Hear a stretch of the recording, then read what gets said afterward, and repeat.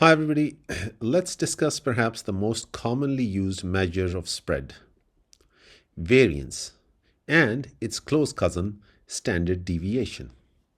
So let's again revisit two data distributions.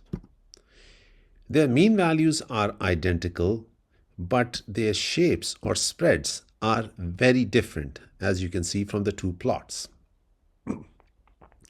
Now, variance measures this spread around the mean values of these data sets.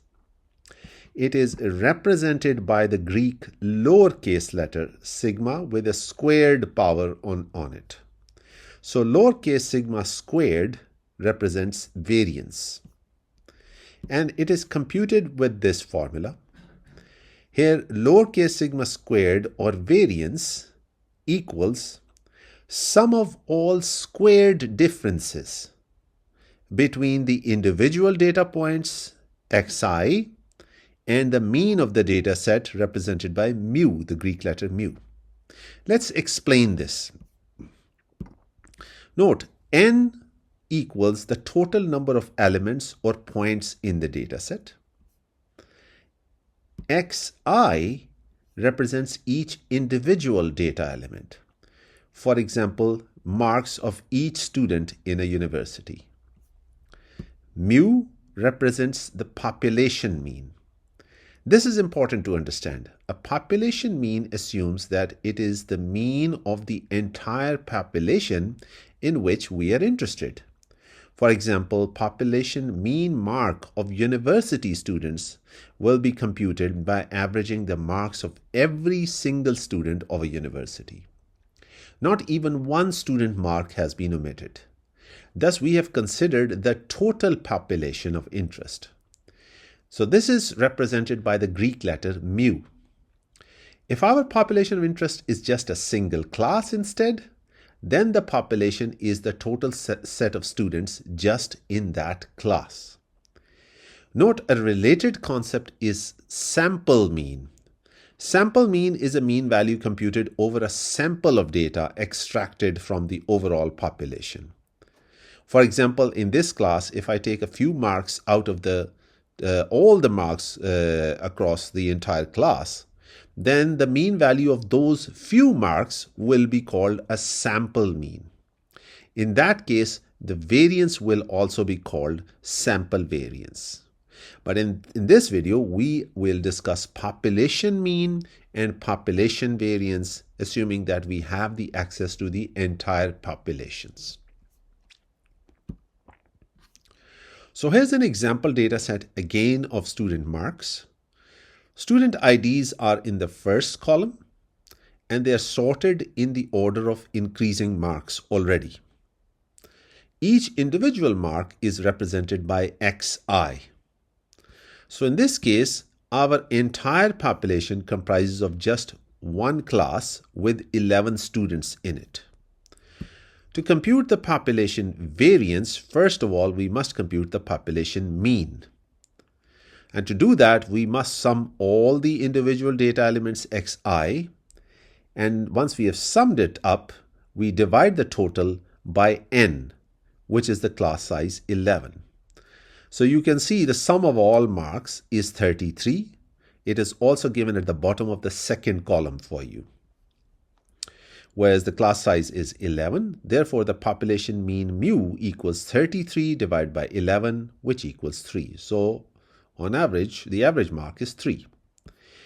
Next, we compute the difference between each data element xi and the population mean. Therefore, we compute that in the third column that just appeared on your screens. Now you can pause the video here and look into this third column. What do you see? Notice some differences are turning out to be negative, especially at the top of the column, towards the top of the column, because these xi values are below the population mean. So xi take away the mean value results into a negative value. While those values appearing towards the bottom of the column are all positive. This is because the data is sorted, so the bigger values appear towards the bottom and they are above the mean value. Therefore, their difference with the mean value is positive. Now, we are interested in getting the overall idea of differences between individual elements xi and the mean value, because that's how we'll get an estimate of the spread. How far are they spread on the right, or on above or below the mean value. So to do that, how do we get the overall idea of the spread? Should we just average these differences, some of them positive, some of them negative, just as is? Think about it. Well, notice if we simply average the differences, we will first have to add all of them, and that means some of the positive differences will cancel some of the negative differences, and the overall sum of differences will be small. That will give us a false impression that generally the data elements are close to the mean because the sum of their difference is turning out to be small. So, therefore, we don't want to be fooled into believing that, and so we do not average the differences as is, the raw differences. We do not average that. Instead, we square the differences and then add the squared differences. Why? Because the squared numbers are always positive. So positives will not cancel the negatives. And then finally, we sum the squared differences and average the squared differences. Hence, the variance turns out to be 12 over 11, or 1 point something. You can calculate it using a calculator. Now, an issue with the variance is that it squares the differences to avoid cancelling the differences that we just saw. So why is this an issue? It's because the squared differences also square the units in which the differences are measured. For example, for the student marks example, the variance is measured in marks squared. Now, what does that even mean? Hence, we must bring the differences back to the original units. So we square root the variance. This is represented by just sigma instead of sigma squared because the square power disappears due to the square root.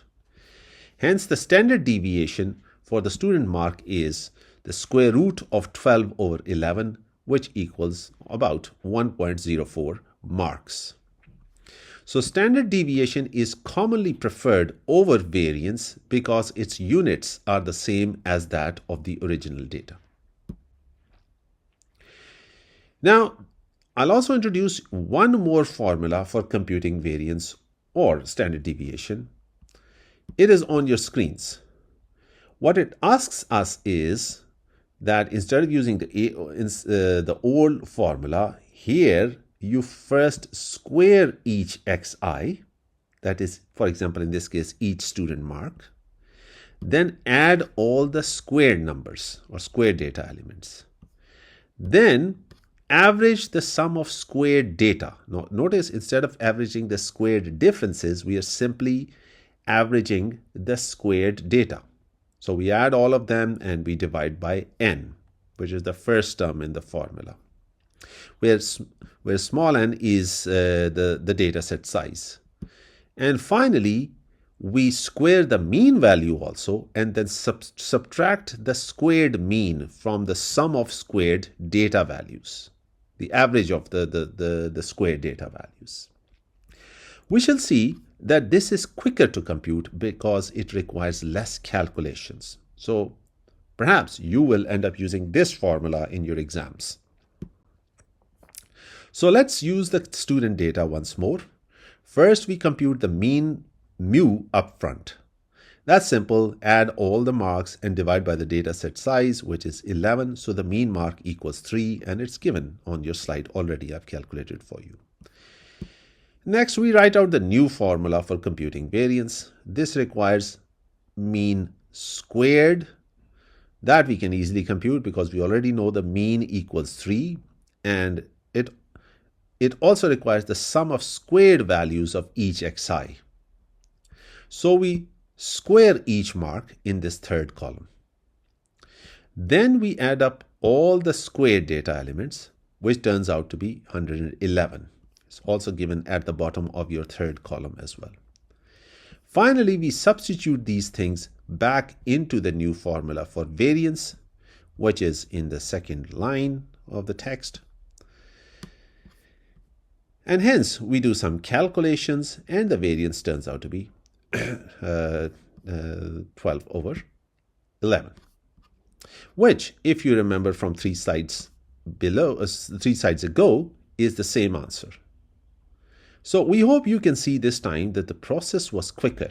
For example, the table has only 3 columns, while the last time we required 4 columns.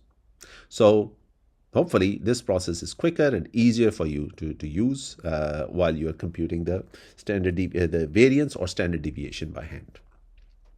Let's see one more example. So here's another example. The entire data population is known and is given under the column X. First, we compute the population mean by adding all the X values and divide by n equals 7. Then we use the new formula also written at the top of the slide.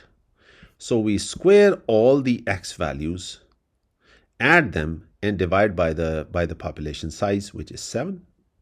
We also square the population mean, which also in this case incidentally is 7, and we square it. Yeah, so we subtract the mean squared, which is 7 square.